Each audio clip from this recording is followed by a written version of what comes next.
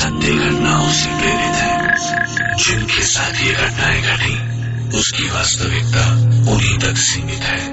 भूत प्रेतों और असामान्य विषयों के होने पर चैनल कोई दावा नहीं करता और न ही प्रोत्साहन करता है। बस एक दावा करता है और वो है डर।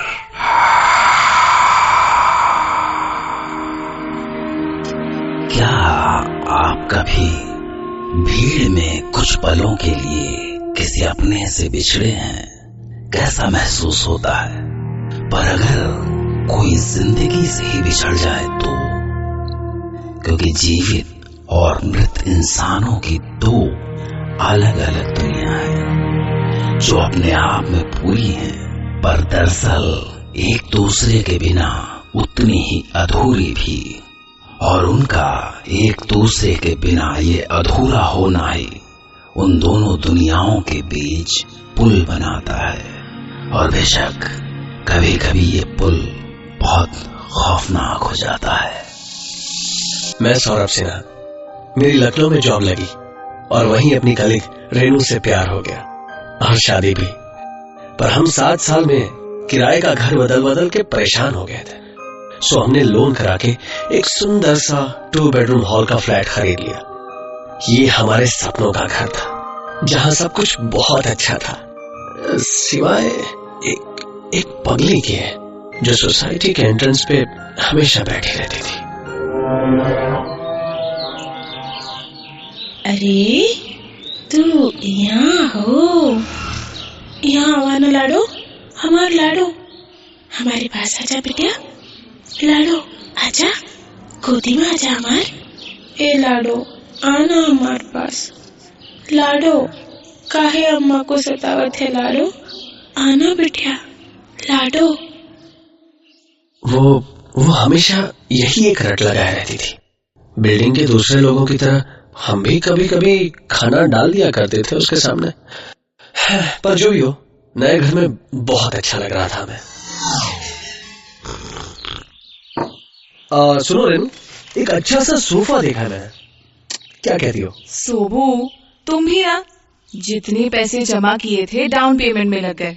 कहाँ से आएगा तुम्हारा सोफा? अरे EMI में मिल जाएगा यार। पर सोबू, पिंकी के बोर्डिंग की फीस भी तो जमा करनी है ना। बस ऐसे ही छोटी छोटी खींचतान में बहुत प्यारी लाइफ चल रही थी हमारी। लेकिन एक दिन रेनू मुझसे बोली, सोबू मैं कुछ कहूँ तो तुम डांटोगे तो नहीं ना? अरे नहीं, बोलना। क्या मैं तुझे हमेशा डांटता रहता हूँ? नहीं, थोड़ी अजीब सी बात है ना, इसलिए। अब बोल भी दे यार। एक्चुअली मुझे ना रात में किसी बच्चे की रोने की आवाज सुनाई देती है। क्या बोल रही हो? अरे यार, तुम औरतों का इंट्यूशन भी ना। हमारी बच्ची को कोई तकलीफ नहीं है हॉस्टल में, 10 बोर्डिंग स्कूल में है वो। नहीं यार सोबू, मैं क्या पिंकी की आवाज पहचानती नहीं हूँ क्या? ट्रस्ट मी, वो किसी और बच्ची की आवाज थी। तो क्या शादी से पहले की भी कोई बेटी है तेरी? तुम्हारी तो। अरे रुको, कहाँ भाग के जाओगे? अरे छोड़ो, अरे मजाक कर रहा था भाई। रुको। अरे दिल पर अरे लग गई। मैंने हंसी में डाल दिया, बात आई गई हो गई। लेकिन एक रात अचानक मेरी नींद खुली तो मुझे भी वही रोने की आवाज सुनाई दी।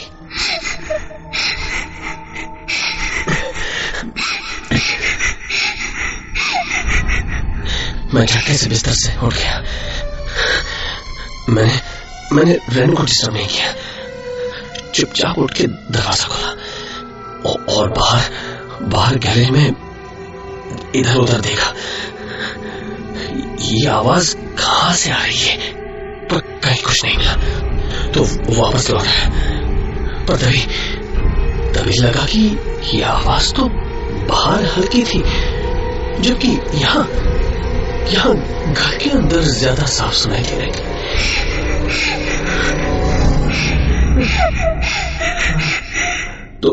तो रेनू सही कह रही थी। मैंने अंदर जाकर रेनू को जगाया।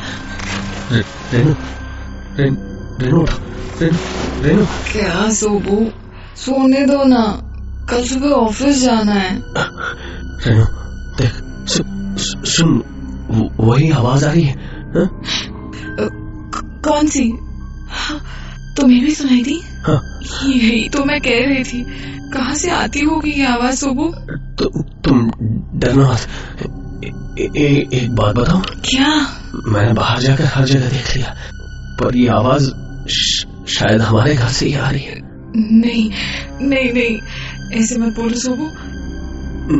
नहीं रेनू, मैंने कहा था डरना मत।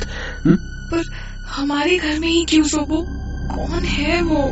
क्या चाहती है? उस दिन तो कुछ देर में वो आवाज आनी बंद हो गई, पर एक रात जब हम डिनर कर रहे थे। ये क्या? और लो ना। नहीं यार, बस बहुत हो गया। अरे हाथ हटाओ। अरे बस बहुत हो गया, पेट भर चुका है। ये क्या हुआ सोबू? क्या हुआ? अरे बोलो ना, क्या हुआ? वो देखो वहाँ, जैसे कोई सोफे पे बैठा है। वो अभी आया। हाँ, लग रहा है जैसे कोई बच्चा लेटा हो। उस छोटी सी बच्ची के लेटने के निशान है उस पर। कौन है वो सोबू? अब तो हमारे घर में हमारे सामने घूमती है। मुझे नहीं रहना इस घर में। स्टॉप यार, कहाँ जाएंगे हम? और इस घर का क्या करेंगे? रेनू, हमारी हालत ऐसी नहीं है कि हम दूसरा घर किराए पे भी ले पाए। समझने की कोशिश करो रेनू। फिर एक संडे को मैं ऐसे ही बालकनी में बैठा हुआ था। सर्दियों की धूप अच्छी लग रही थी कि तभी शायद मुझे झपकी आ गई होगी, या पता नहीं, मेरी आंखों के सामने जैसे कोई बच्ची दिखी।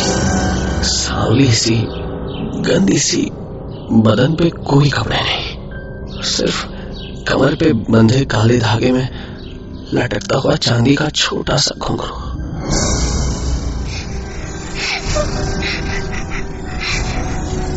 अम्मा, अम्मा, अम्मा, अम्मा। सोबू? क्या हुआ सोबू? सोबू क्या हुआ? कुछ नहीं, कुछ नहीं। तुम इतना हाफ क्यों रहे हो? और ये पसीना? तबीयत तो ठीक है ना? टेल मी सोबू। इट्स ओके, ऐसी कोई बात नहीं है।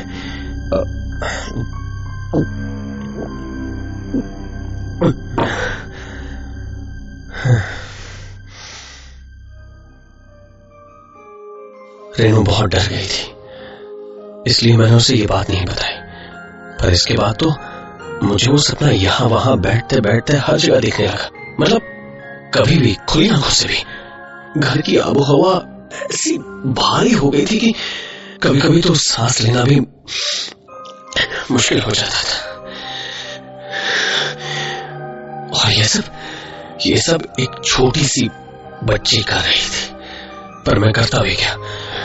फिर एक दिन ओझा भी बुलवाया।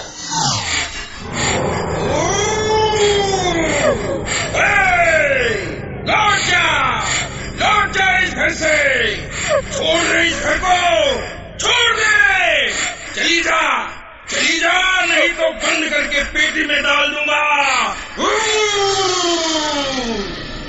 पर कोई फायदा नहीं हुआ। एक दो दिन की राहत, उसके बाद फिर वही सब शुरू हो गया। हार कर मैंने रेनू को कुछ दिन के लिए उसकी माँ के पास भेज दिया। फिर एक रात कुछ आवाज आई। मैं भागकर रूम से बाहर गया, और आज मैं पहली बार उसे साफ साफ देख रहा था। और आज इस बार रोने की आवाज नहीं थी। वो बच्ची जैसे अपने छोटे छोटे पैरों से वो खुशी से मेरे घर से भागकर चली गई।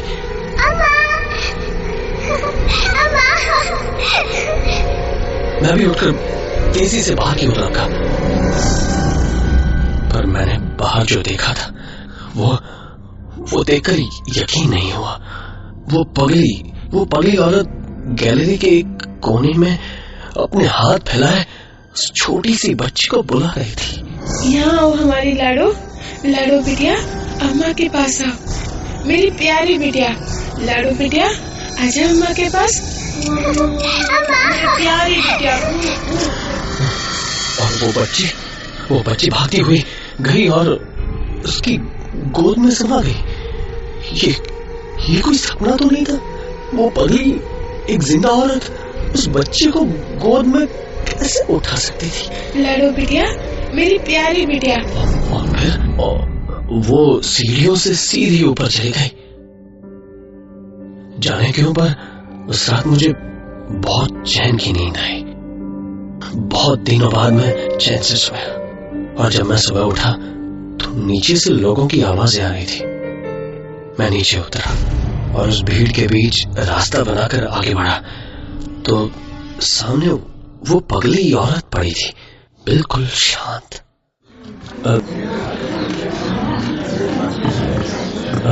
क्यों भाई, कब और कैसे हुआ? सुबह निकला तो देखा यहाँ पड़ी हुई थी। रात में शायद ठंड में मर गई होगी।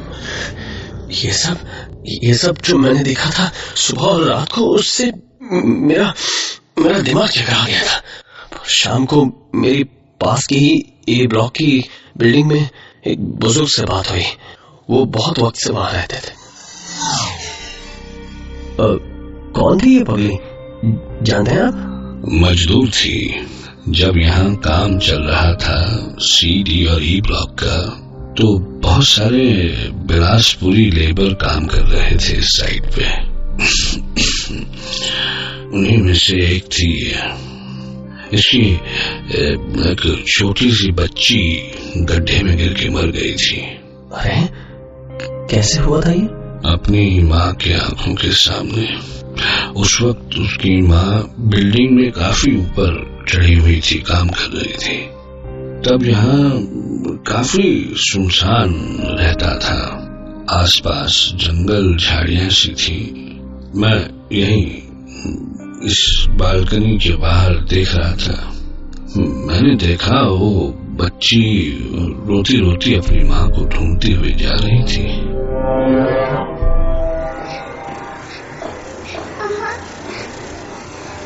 अम्मा, अम्मा, अम्मा, अम्मा। तभी वो अचानक गड्ढे की ओर मुड़ गई। मैं चिल्लाया, अरे कोई है उधर, अरे वो बच्ची गिर जाएगी। पर दूसरी ओर चूंकि काम चल रहा था कंस्ट्रक्शन का, तो किसी को मेरी आवाज सुनाई भी नहीं दी। पता नहीं क्यों पर वो एकदम से गड्ढे के पास आ गई।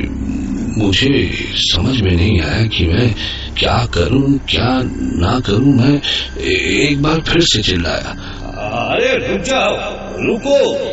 पर वो तो बढ़ती ही जा रही थी। अम्मा।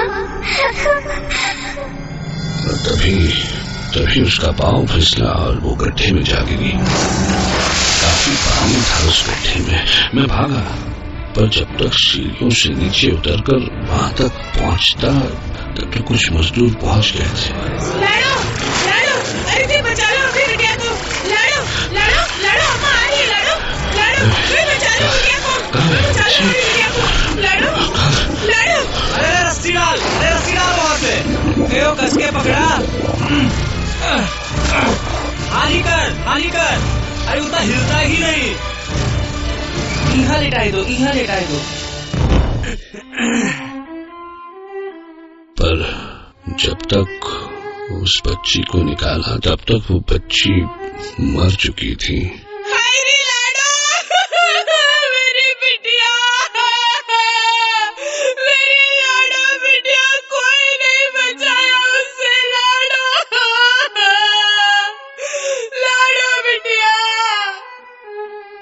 और आखिरकार उस पगली को उसकी बच्ची लाडो मिल ही गई। पर सच मानिए, अभी भी ठीक से यकीन नहीं होता कि क्या वो सच था। ये सब सोच के ही हैरत होती है। एक मन कहता है कि इस पर यकीन करो और दूसरा इनकार कर देता है। पर सवाल है कि उस बच्ची की आत्मा सौरभ के ही घर में क्यों आई? वहां तो बहुत सारे फ्लैट्स थे, कई सारी फैमिलीज होंगी, कहीं भी जा सकती थी वो। तो क्या वो अपनी मुक्ति के लिए सौरभ से ही उम्मीद लगाकर बैठी थी? क्यों? कोई जवाब नहीं है।